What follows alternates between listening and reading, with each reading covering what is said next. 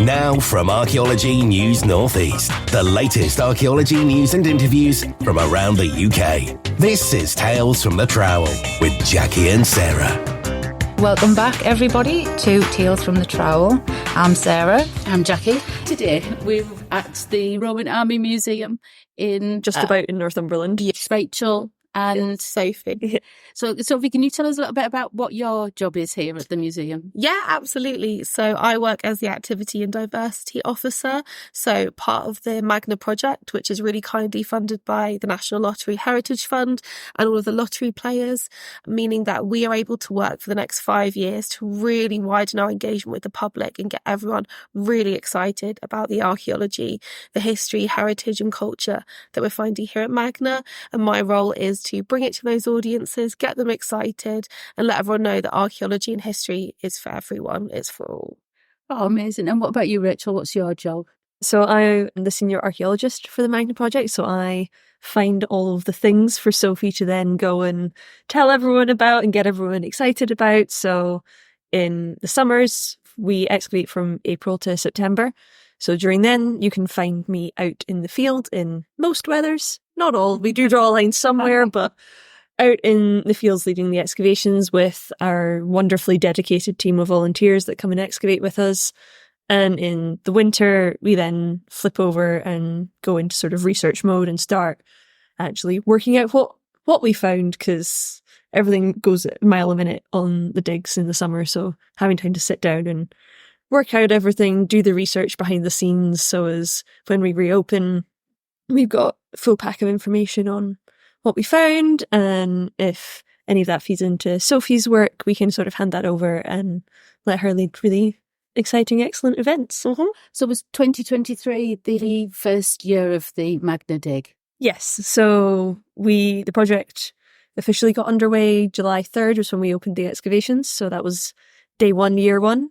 And we are restarting on April 1st this year for year two, going back into the same area of the site to sort of finish off and continue working.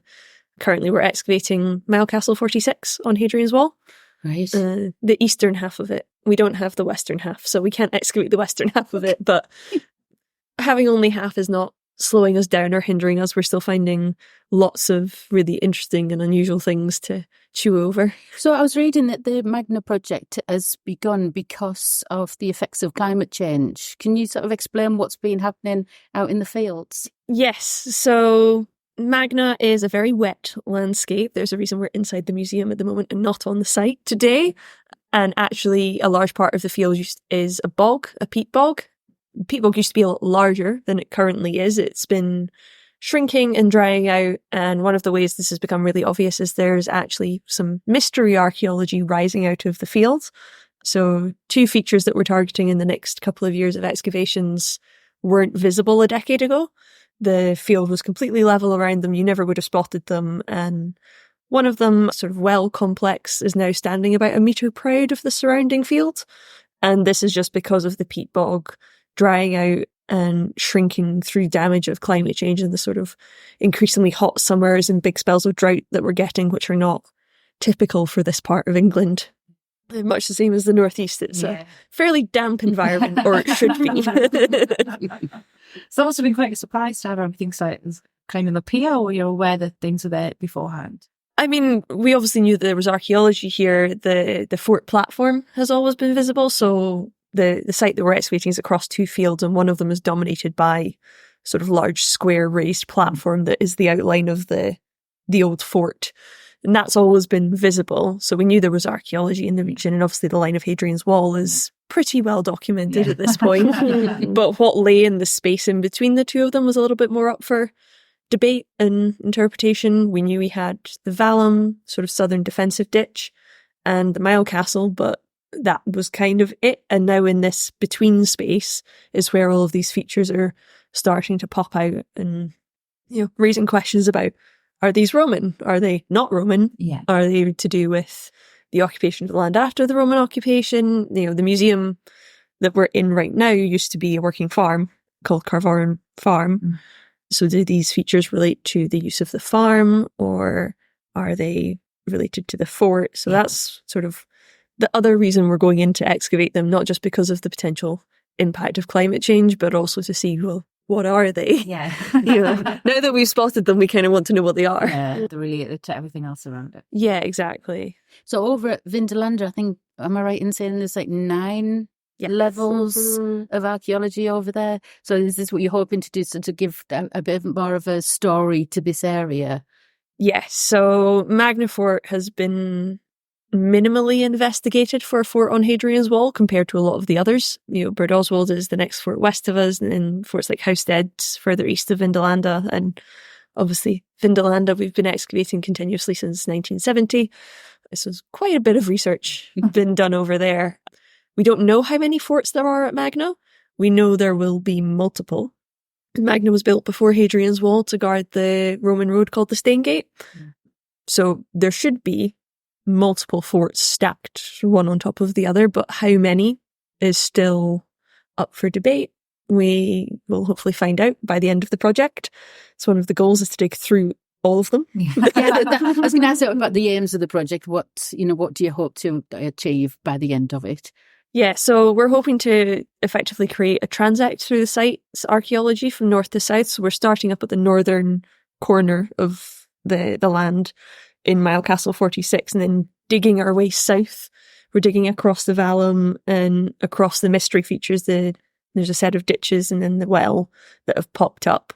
And then we're digging the northern defensive ditches of the fort itself and then the southwest quadrant of the fort. So we'll create this really nice slice through the whole site landscape and across all the different types of archaeology that we have to sort of not only better understand Magna Fort, but better understand it in its frontier context. And then with the climate change aspect, we want to see how that's impacted. We obviously have the visual sort of anecdotal evidence, if you will, in the field with the peat bog, but we don't know what it's doing to the underground archaeology, for example, in the fort. So being able to excavate a big quadrant of the fort and get down into the archaeology and then understand, okay, it's in this state because of these climate impacts, and then that can inform our management of the landscape and the site going forward, try and preserve it as best as we can. And you've been working with Teesside University on doing some sampling. Yes, so we worked with Dr. Gillian Taylor at Teesside University on a lot of the chemical analysis and monitoring that we're doing. So we have a probe array out in the field just behind us, which is attached to a weather station as well, and that continually monitors a whole variety of underground conditions in the soil, as well as recording the weather, so we can then pair up weather events like all of these huge storms we've been having with changing levels under the ground, whether that's in the pH or the electrical conductivity of the soil or underground temperature as well. All of these things can be impacted. So working with Gillian on that aspect of the project, and also PXRF sampling, so portable X-ray fluorescence, which can tell you about the chemical components and trace elements in the soil, which can then inform site formation processes or occupation patterns, uses of certain features. So has anything come out of that yet? Have you got any results back? We're still working our way through the samples in the lab. We've got some preliminary maps, sort of heat maps of chemical traces that sort of broadly align with what we would expect for the site formation. For example, up in the Milecastle Trench, the northwest corner of the trench is a natural hollow in the landscape, and so a lot of the sort of background chemical elements you'd have in the ground, calcium, for example, are really concentrated there because that's where all of the silt and the soil buildup is getting washed. So the heat maps for the archaeological layers are still in process. There was over 150 PXRF samples, I think, from this summer. So they're working their way through them and sort of pulling all of the data together. So there's going to be there's got to be a lot of information coming out when it comes out. Wow, there's a lot of sampling. Yeah. Which is so important because it gives people the opportunity to find out more and sort of look into that research, understand the site, and as much as we can, making everything accessible to everyone, getting people up on site, seeing things for themselves, getting that connection with the landscape and really understanding how it's changing is really important as well.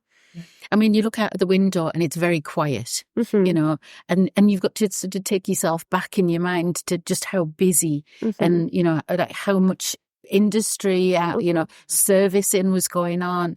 And it's just not what you see when you look out the window. You really do have to use your archaeological imagination and try and rebuild the environment, which from your sampling helps to do that. Yeah, so both the PXRF but also bulk soil samples that we're taking as well, we can then process those to extract pollen, seeds, grains, and particularly pollen and seeds will help us understand what plant life basically was around us, whether it was heavily forested or wetter than it currently is, just sort of see what was growing, and then that can help you build a picture. And when visitors come in, we can sort of tell them, okay, well, you're looking out the window or you're standing on the site, and currently it's a sort of fallow, grassy field with some big wet patches and some reeds. But actually, 2,000 years ago, there would have been little copse of trees over there or a big reed bed in the edge of a lake down there, and sort of build the picture back up for them, put them back into the Roman landscape, and then obviously try and help them visualize the buildings that would have been here as well. There's not much left of the Mile Castle, unfortunately, so poor Sophie's had the main job last summer of trying to explain this big square of stones is actually something really exciting. Yeah, the most common question was, it just looks like a pile of rocks. Yeah. So what was a Mile Castle? What is so it? every Roman mile along Hadrian's Wall, you're going to get a fortified building called a Mile Castle. It would have been manned by 6 to 8 Roman soldiers. Our Mile Castle 46, is interesting, a little bit unique in the fact that it's so close to Magna Fort. It's within walking distance. Most of the Mile Castles aren't. They're more isolated along the wall. So we would have had shifts of soldiers going up to man the Mile Castle rather than staying there overnight. So we haven't found evidence yet of any barrack blocks or any kind of occupation of that sense. You're taking your packed lunch up, you're doing your shift, and you're coming back to the fort again. So that would have been its purpose. It would have been to monitor Hadrian's Wall, keep those pesky Scots away. And as well, what we've been researching and looking into this year is how the Mile Castle at Magna, number 46, was a trading centre. So it was a way to create a sort of uneasy peace with those living north of the wall, trading goods coming from the Roman Empire out, and then accessing things like Scottish gold, which the Romans would have been keen to get their hands on. So it would have been not an impermeable border, but a border control point. That's what it would have functioned as, which is really exciting. You know, it adds that other dimension, that flavour to military life. It's not all about those battles. It's about the daily life of the soldier on the frontier, acting as essentially border control. I think there is a misconception, is that with Hadrian's Wall, kind of, it was built as a blockade to stop anything, but there was quite a lot of movement and, like you say, trade across the whole. And taxation as well, for people travelling, I think. The Roman Empire is expansive and expensive. You're going to want to start to charge people to access it. That's how you're going to make a lot of money. And, you know, where Hadrian's Wall situates in the landscape, it was always a sort of transient landscape in itself. Prior to the wall, it wouldn't have changed that, you know, quickly. As soon as the wall comes up, you know, you're going to get a lot of pushback. You're going to want to be able to facilitate movement throughout the wall. Otherwise, it's going to be such a difficult job for your army to defend that frontier. So that would have been some of the kind of concessions that they would have made. There's a lot of ongoing research currently, particularly on the Scottish side of the wall, I think, into what communities were divided, you know, what impact the construction of the wall had, because obviously there was pre-existing groups living in this area, family groups, larger sort of tribal population setups, and the line of Hadrian's Wall in the Roman Empire did not necessarily respect their boundaries. So there is more research now, and sort of people are starting to think about that aspect of the wall into, well, what happens if your parents live on one side of the wall and you live on the other? You know, you moved away to start up your own farmstead in the Iron Age, and then suddenly the Romans come and put this massive great big wall between the two, and it's, you know, not even on like a a large scale, even on a very small sort of family scale, if suddenly familial units are split by this wall being constructed through the middle, is definitely something people are focusing on more now and thinking about more. And like Sophie said, Hadrian's Wall was never a sort of hard, impermeable border. Every Mile castle has a north gate. Some of them are very mind-bogglingly situated. Once you go further east of here onto the Windsill Ridge, there is at least one Mile castle where the north gate opens onto a sheer cliff drop, which is not exactly a sensible border crossing point.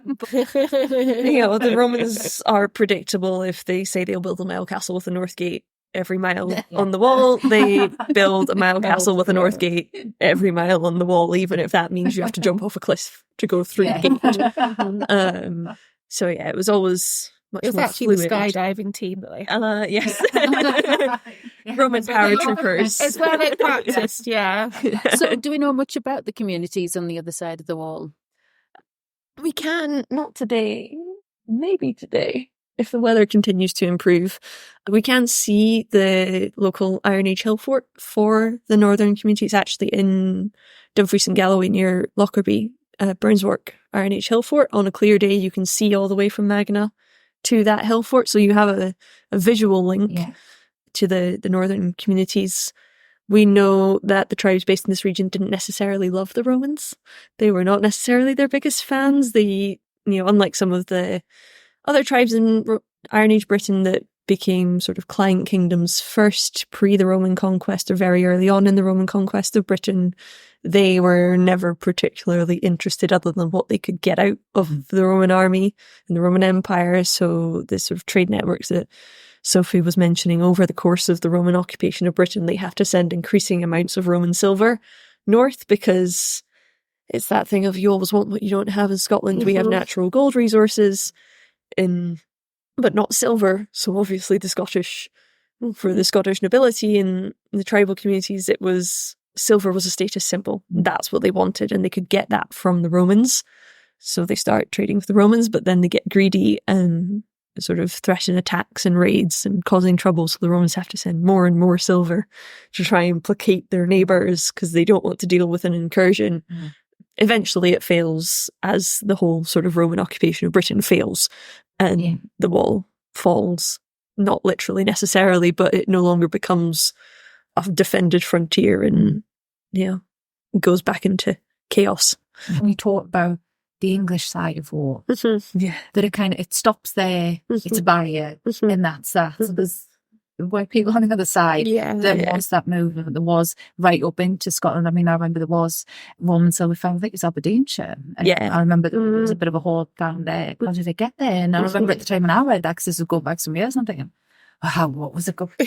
Just stopped. You felt nobody passed that frontier, but it did. And like we say, it's highly dynamic and a lot of trade happening. And one of the aspects of Hadrian's Wall that isn't discussed as often is the war itself. It is that movement. It's a dynamic and it's a diverse part of the Roman Empire. We were having the Roman army were sending people from all over the empire to come and defend this frontier as well. So you're getting that real mixing pot of trade coming from across the empire and people as well, bringing different cultures, different traditions, languages. So it wasn't just your sort of stereotypical Roman soldier standing on a wall. Nothing comes in. It's movement and dinosaurs. Also, the Hadrian's Wall wasn't always the final frontier, as it were. Within 50 years of Hadrian's Wall being built, Antonine is building his wall across the Firth of Forth and the Firth of Clyde in Scotland. He pushes, that's his step. Hadrian's big declaration as emperor is, I am going to define and defend the borders of my land, which is not sort of typical for Roman emperors generally up until that point. The way that they stake their claim and proclaim their competence, I guess, to be an emperor is by going and conquering a new place. And Hadrian does something quite different and says, no, I'm going to define the land we've already taken and secure it. Antonine Antoninus Pius is not so interested in that, and he decides to go and conquer the next chunk of Britain and takes lowland Scotland all the way up to sort of modern day Edinburgh and Glasgow and builds the Antonine Wall across there. So once that starts happening, Hadrian's Wall isn't even the end of the Roman Empire, it's just a sort of backup defensive line. And so there were Roman forts and road networks and communities in southern Scotland for few decades. Unfortunately, the Antonine Wall doesn't last. Well, unfortunately, depending on your perspective on the conquest of Scotland. It's constructed quite differently, wasn't it? Yes, so it was only ever constructed out of turf and timber. So Hadrian's Wall is quite famously, I think, made of stone and still standing in chunks that you can go and walk along. The Antonine Wall was a turf and timber defensive line. There were distance slabs that were stone that were set into it, which we have almost all of them. A couple have been destroyed through time and history, but the majority of them are in the Hunterian Museum in Glasgow. And all the different legions that built the different chunks put up their distance slab to say, I, Flavius, commander of the 9th Legion, built so many 100 meters of wall with my men to defend the Roman frontier. But it was never quite so permanent, and southern Scotland was never quite so easily subdued and subsumed into the empire. They couldn't quite get a foothold. And so the Antonine Wall was kind of, in some regards, a failed expansion. They withdraw back. They sort of go, no, this hasn't really worked out. They redefend Hadrian's Wall. They sort of refurbish it because it wasn't the frontier. No one was really looking after it for a while. And so they have to come back and refortify it and patch up all the bits where maybe some stones have come loose or the roads aren't very good anymore, and then reoccupy it and give up on Scotland, as it were, other than brief military forays. In the 3rd century, Emperor Septimus Severus decides to have a go as well and goes on a very brutal campaign north, but never tries to push the frontier. He bases himself on Hadrian's Wall and just attacks north into Scotland and has a go at them. That sounds more like a sport, but it's sort of advancement just every now and again. Yeah, I think it's just to sort of prove a point. It's like, I did it. He comes from a military background as an emperor, so he goes off on his military campaign. Yes. Tactical training. Yeah. I think by that point they'd been having some trouble with the locals, so he's like, right, I'm going to go teach them a lesson. So, Sophie, how do you get all of this information and get it out there? How do you make it accessible and diverse to the people of Northumberland and further? Yeah, totally. So we've got a really extensive activities and events program. So we will theme it around the things that are coming out of the excavations, and we'll pick up little chunks that we're able to speak to people about, multi-generational visitors, all of our audiences, sort of current and new. We'll pick things out for them, and we'll just distill it down into what is important. What narrative does this tell us, and how can it be related to that person that's engaging with us? We've got so much information on our website, kind of current research and further things that people can go and talk and learn more about. There's that real layered interpretation that we've got. Throughout the summer, we've got daily trench talks, so people can come up on site, have a look at the live excavations, ask any questions like, what is that big pile of rocks? We'll tell you, and we'll give you a bit of a flavour and contextualise that and bring that story, and that narrative is what's most important to everyone. But we're absolutely delighted this year that we're having a brand new activity centre built. It's going to give you stunning panoramic views of Magna Fort itself, and we're launching accessible trench talks from there from the end of April. So those that can't make it across the field can come and see an interactive map of the exhibition, talk to some of our fantastic volunteers, to myself, and get that flavour of what we're actually doing live, as well as some fab family-friendly activities. You know, teddy bears picnic, bring your teddy bear dress as the emperor is coming up, and things like that. So it's just about making it accessible on lots, in the broadest sense of the word, to our visitors in that way. We get some very, very cute children for teddy bears picnic. They're great. I can't remember if it was the day of the teddy bears picnic, but we did have a wee boy who came up to site in costume, dressed as a Roman soldier, and was like with the confidence of a small child, came up and introduced himself to me as the ghost of a Roman soldier from Magna. And I was just like... You should have asked him what was excellent. going on. Like, can you explain what on earth you guys were doing and why this is here, please? I was going to say, like, I mean, it's sort of 1600 years since the Romans left. How do you inspire the next generation, like children coming up, to be interested in this? What do you do to sort of inspire them, like the next generation? I think children are fantastic because they've got wild imaginations. So it's about sort of letting them know how they can make a personal connection to an item. So we played a fabulous game in the October half term just gone called Trick or Trade. We're trading up here at Mile Castle.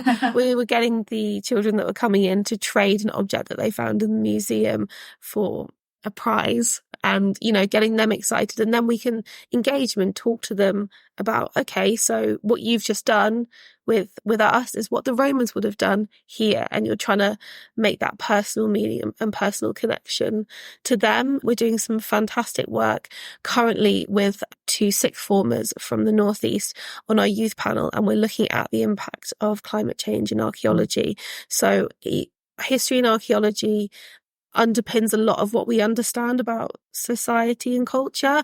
So we're able to link that to whatever people are interested in and kind of draw them in on that. And, you know, dressing up doesn't hurt either. give someone a helmet and a sword and they're pretty into it. And that's not the kids. That's the parents. Yeah. So, you know. And the staff. I would like to say Sophie made an excellent Roman oracle for the trade event. She had her full costume on for the week. No, it was good fun. But it's just about finding what hooks that person in. And with kids, it's usually imagination. And it's getting them doing something. And then, you know, kind of going on from there. So yeah, get them hooked on. Yes, exactly. Because, you know, you get that classic thing, oh, I'm not interested in history. Yeah. Everything you do, we know about and can do because of history. So there'll be a hook and we'll find it. I mean, if you get young enough, you end up like me. Yeah. You become an archaeologist. Those questions people normally ask me is like, oh, well, how did you get interested in this? How did you start doing this? And I'm always like, good question. I don't think I ever wasn't interested, but I grew up in East Lothian, South East Scotland. There is a lot of castles in South East Scotland because it's the prime raiding route for the English kings, things like the Rough Wooing and for Mary Queen of Scots' Hand, and just generally the border wars of centuries between Scotland and England. It's one of the primary routes in towards Edinburgh. So there's a lot of castles where I grew up, and it was a really easy place to take an energetic, outdoorsy child to go run and climb things and get interested. And I think it's the only sort of thing I can pinpoint as where it probably started, is just growing up surrounded by history and not being forced to take it too seriously necessarily, just being able to go out and explore, and then, oh, look, now she's interested. Oh, now she's really interested. Oh, now this has clearly become a decision for her life. And, you know, I now spend it outside in fields, less running.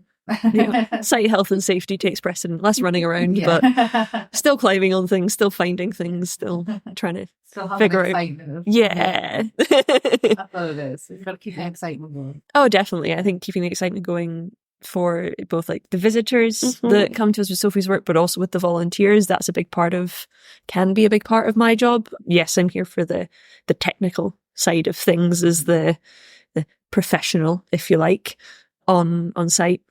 But I'm also here for the excitement. I get just as excited about stuff as the volunteers do, and I think that really helps in sort of showing them that it's okay to get this excited, but also like this is a genuinely exciting discovery.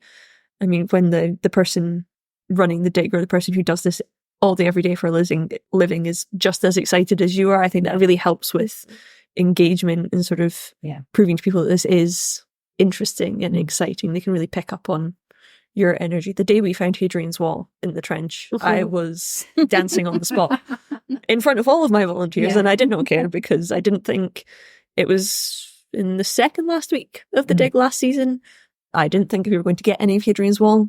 This section that runs past our site has been really, really heavily stone robbed in medieval and post-medieval periods to build surrounding farms, castles, field walls, all sorts. Yeah. So if you go up onto the Hadrian's Wall path that runs past our site, you can't see any of it. You can see the little mounds of rubble left behind, the stone that they didn't want, and that's it. And then suddenly someone was like, oh, I've got these interesting stones that seem to be like lined up. And I'm like, okay, we've got 2 of them so far. Don't you need 3 to make a Yeah, wall? that's like 2 stones. 1 stone is a stone, 2 stones are a coincidence, and 3 stones is a wall. And I came back like half an hour later and he now had 4 stones, and I was like, yes, we've done it, we've got it. And I think we ended up with 6 stones total, which doesn't sound like much given the scale of Hadrian's Wall and the state it survives in elsewhere. But when you spend 10 weeks out of 12 telling people it was there, we just don't have it anymore, to now be able to say, we do have it, we can prove the line of it, we can... That then let us figure out exactly where the north gate for our mile castle was. We could find the end of Hadrian's Wall where it stopped and met the road. And all that. It just sort of... It added that extra bit to the interpretation of the Mile Castle, to the story that we could tell people and get people excited about. But I think, watching me do a little celebratory dance in the middle of the trench. You know what's going. Yeah. Can I just go back to what you were saying about volunteers? Yeah. If somebody came along and they'd never done any archaeology before, they'd never been on an archaeological site, what do you do with them? Like to show them what to do if they've got no experience at all? I mean, we can always start with someone that's never had any archaeological experience. Myself. Yes, right. Sophie came and joined us. Archaeological experience before I started with the Vindolanda Trust, and then I spent 3 days on the dig. You know, I am that person. Threatened to stage a coup for my job at one point when she had her star find. Yes. And then the rain came and I rescinded that. Oh, tell me about this star find. I'm interested. It unfortunately didn't survive conservation. You know, again, pulling back to that climate change affecting the archaeology. You know, we're not having the capacity to get these exceptionally well preserved objects coming out of the ground anymore because they're not in the right condition. So that is a fantastic example of that. And it was a way for me to see that up close, literally firsthand, seeing how an object that could have been really exciting was unable to go through conservation because it cannot tell us that story. What we're looking for is that narrative and that understanding, and we couldn't get it from that. But I'd never dug. I got the knee mat out. I got the brush and the trowel, and I had a go. And you know, watching Rachel and our colleague Frankie as well on the project, you get this wide range of volunteers, and we bring them in, and they're all so supportive of one another. Those that have done it professionally, those that have done it for a really long time with the trust, which is fantastic. The fact we have people coming back year on year is amazing, and they're able to provide that support as well as the team here as well. Biscuits. Yes. Biscuits are a great motivator. But we'll always, if you've never done archaeology before, we will start from point zero with you. This is how you hold a trowel. This is how you dig cobbles. I mean, even with some of our really experienced excavators, as I think Sophie mentioned earlier, Magna is primarily cobbles, and if not cobbles, big piles of rocks. Some of the volunteers that have excavated with the trust for years before had never excavated cobbled surfaces, so we had to go back to day one with them as well. And sort of, I'm always happy to get down in the trench with the volunteers and dig. You know, I am an archaeologist because I like doing the digging side of my job. So if I'm a volunteer and I come along, I basically just need to bring my enthusiasm with me. I don't need any tools. And your waterproofs. Yes. Oh, right, okay. we cannot provide you with the clothing gear, so boots, sensible footwear, clothing for all weather conditions, because we can go from 25 degrees and sunny to 5 degrees and wet in the space of maybe not quite a day, but overnight, and everything in between that. So as long as you bring your personal kit outdoor wear and sensible shoes along with you. We have trowels, brushes, scoops, shovels, everything. Some people that have been doing it for ages have their own stuff that they bring with them, and that's great. They have formed the archaeologist's personal attachment to their trowel. I am extremely personally attached to mine. I'm still on trowel number 1. It's been going for over a decade now. And if anything ever happened to that trowel, I think I would cry. But we have all of the kit. You just need to bring yourself good outdoor clothes and enthusiasm, and we will take you through it all. And like Sophie said, we have so many volunteers who've been excavating the trust for years and years, decades, some of them. So they're always happy to pair up, and we try and spread the group out. We know who hasn't excavated before they come, and sort of intermingle everyone. So as if you're a complete newbie, you'll be digging close to someone who's done it before. So what about like the oldest and the youngest volunteers that you've got? We do get octogenarians that come along. Some of them are definitely fitter than myself. And we get people as young as, 16 coming on the dig as well. That's the youngest that we are able to accept as volunteers with the trust, and they've got to come along with someone over the age of 18. But we get a complete range. As long as you can get in the trench and most importantly get back out of it, then you can come and dig. So how do volunteers get in contact? What's the process of them contacting you in order to take up a spot about you? Head to the Vindolanda Trust website. Booking spaces for the 2024 excavation season are completely sold out, which is incredible. We've got hundreds of volunteers who are coming to engage with us, but it will be at the end of this year, end of 2024, that the spaces for Digging 2025 will go live. It's a bit like the Glastonbury of the archaeology world. Get on the website, have a look. There's tons of information on there. That's how you book. But if you can't get on to dig and you want to come and get involved with us before next year, you can come and volunteer to be one of our guides. So imparting those stories and that narrative and those experiences to members of the public. Come and support at some of our activities as well. If you like dressing up, come and speak to myself. And so that's like another way that you can get involved in that, as well, all via our website, or pop in and see us, or become a friend of Vindolanda. You get unlimited access for the whole of the year. You get friends reports. You get invited to special events that we put on exclusively for our friends, and a community of people that all share the same passions that you have. So there's lots of different ways that we can chat to you. So when you've closed and over the winter, like we've just had now, is when you're saying about the research and the post-excavation things happen? Yes. So could you tell us a little bit about that? Post-excavation runs through the summer as well. It runs parallel to the excavations, along with the wonderful new activity centre. The second half of that building that's getting constructed at the moment is going to be our excavation centre for our volunteers to use. So during the summer, when they're on their lunch breaks, tea breaks, that's where the all-important biscuit supply is going to be. And teas, coffees, somewhere to either sunbathe on the deck outside if it's nice, or shelter from the rain inside if it's a bit more like today. That's also where we run our post-ex as well. So we have an in-house pottery specialist, Dr. Christina Krisbasan, who will be running post-ex with our volunteers. We sort of rotate people off the dig so as they can see that side of the project as well. And Frankie, our colleague who does the geoarchaeology and the environmental archaeology for the Magna project, she will be also handling the soil samples that we take with the volunteers in there. So Post-Ex runs through the summer, and if you come to volunteer with us, you don't just see the digging side, you get to do some fines washing and categorizing, some soil sample processing. And then in the winter, any of that's not finished, we obviously finish off with the help of some lovely volunteers in the museum, and then we just start going through it. I definitely currently have an easier job of that compared to our colleagues over at Vindolanda. They produce significantly more contexts and material culture at the moment. I think it's only going to ramp up at Magna. We started at one of the sort of lower density occupation parts of the site in the Mile Castle, where, especially since we don't have a barrack block, people just seem to be coming up for short periods of time.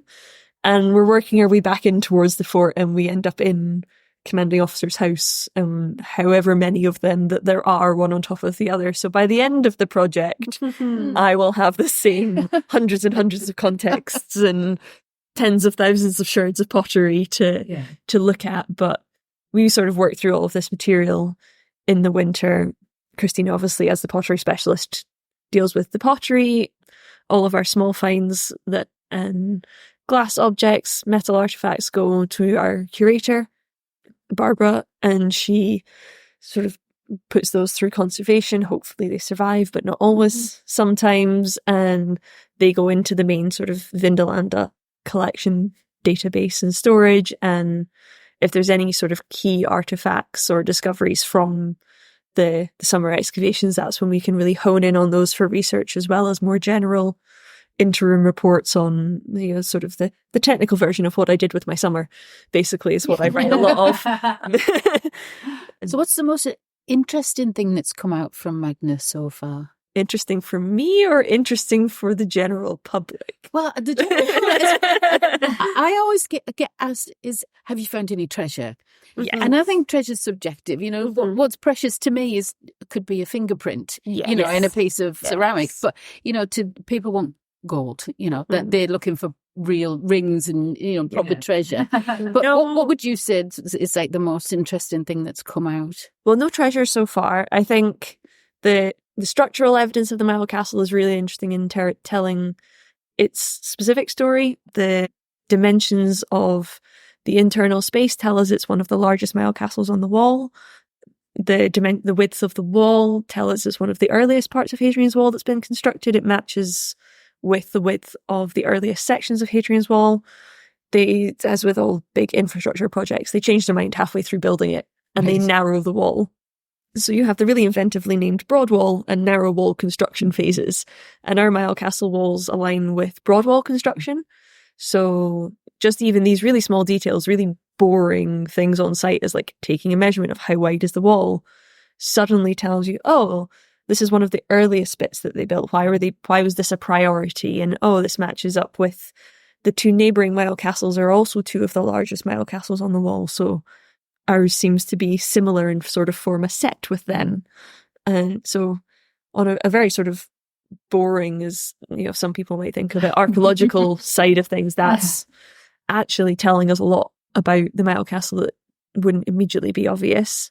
Artifact-wise, we had a really, really lovely dual balance beam that was found quite early on in the dig.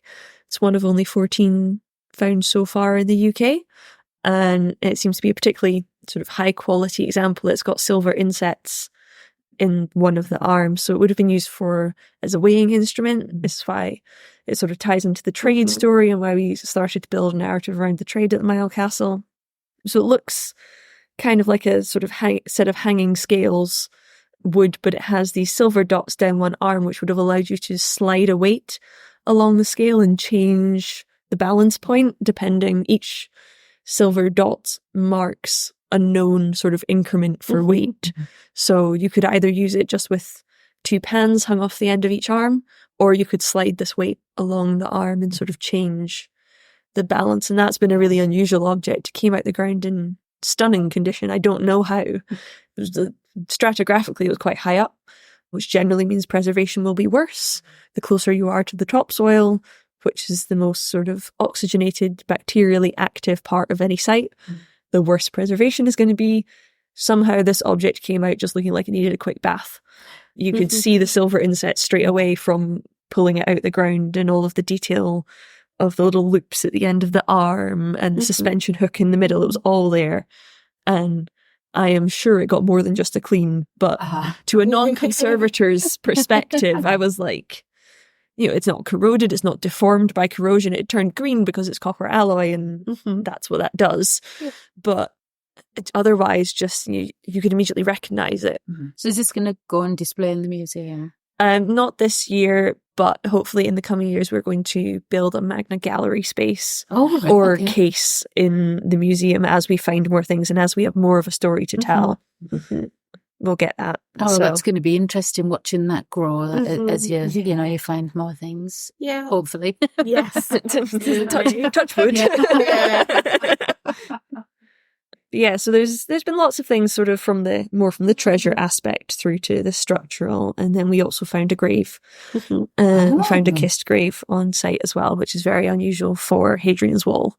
There's only half a dozen or so other examples of burials at mile castles or on the line of the wall itself. It's not a very typical burial location for Romans. So there's a lot of research going on behind the scenes into the skeleton to learn as much as we can about the person and why they were buried there. Sarah's the bones. As soon as you said skeleton. Some death there. Yeah, no, it was a very entertaining day on site. I sort of saw a gaggle of volunteers had formed, and that normally means that always means something's come up. And then I looked at who was in it.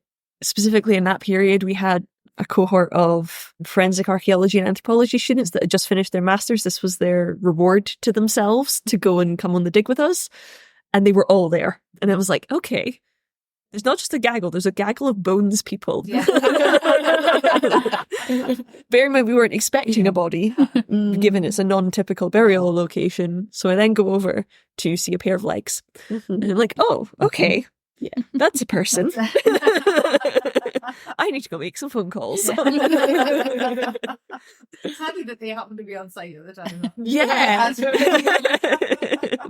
Well, I think we just had to hit critical mass of bone specialists. Yeah. Before one appears. Yeah. You know, we had enough of them all of a sudden on site that it just attracted the skeleton. Oh, that's fantastic. So how long are you expecting the research on that? I am waiting to hear back from Durham. So we work with Durham University for our skeletal analysis. The remains have obviously been exhumed from site. That was done during the summer. The discovery was kept completely under wraps until the excavation had closed, just to prevent any interference. And it is now just a damp hole where the body used to be. So they've been exhumed and gone off to the lab for sort of visual skeletal analysis, but also scientific testing for things like to confirm things like the sex of the individual and diet, place of origin, and also radiocarbon dates.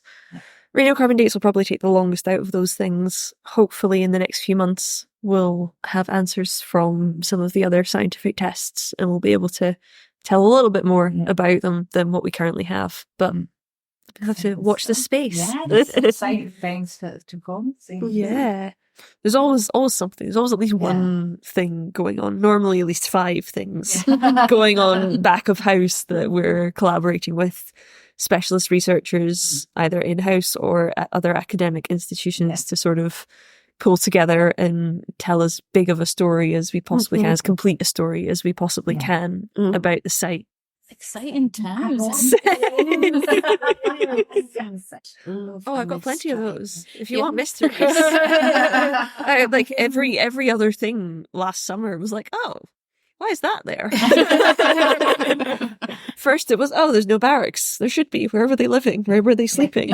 Especially for a large mile castle. So the best example of a large mile castle that you could go and visit is Mile Castle 48, or Poltros Burn is its sort of name, in the village of Gilsland, which is just a couple of miles west. Well, 2 Roman miles west. We're at 46. It's 48. 2 miles west, and it's largest or second largest. I think it's the largest on the wall. And it's sort of got very good upstanding remains excavated by the Victorians when they were blasting the railway line through the Carlisle to Newcastle Railway. They missed the Mile Castle, but dug it up while they were there. So it's all excavated and you can see, and it's got the footprint of its 2 barrack blocks inside. So generally the larger ones have not just 1 barrack block inside, they have 2, so they can accommodate more men rather than just maybe 6 to 8, 10, but maybe up to even 30 people could live in a Mile Castle of that scale with that double barrack block system.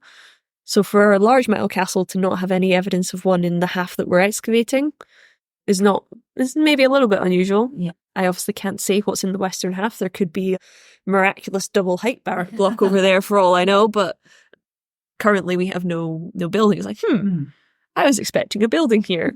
No building, okay. Must have just been a quiet area. Less trouble in this area.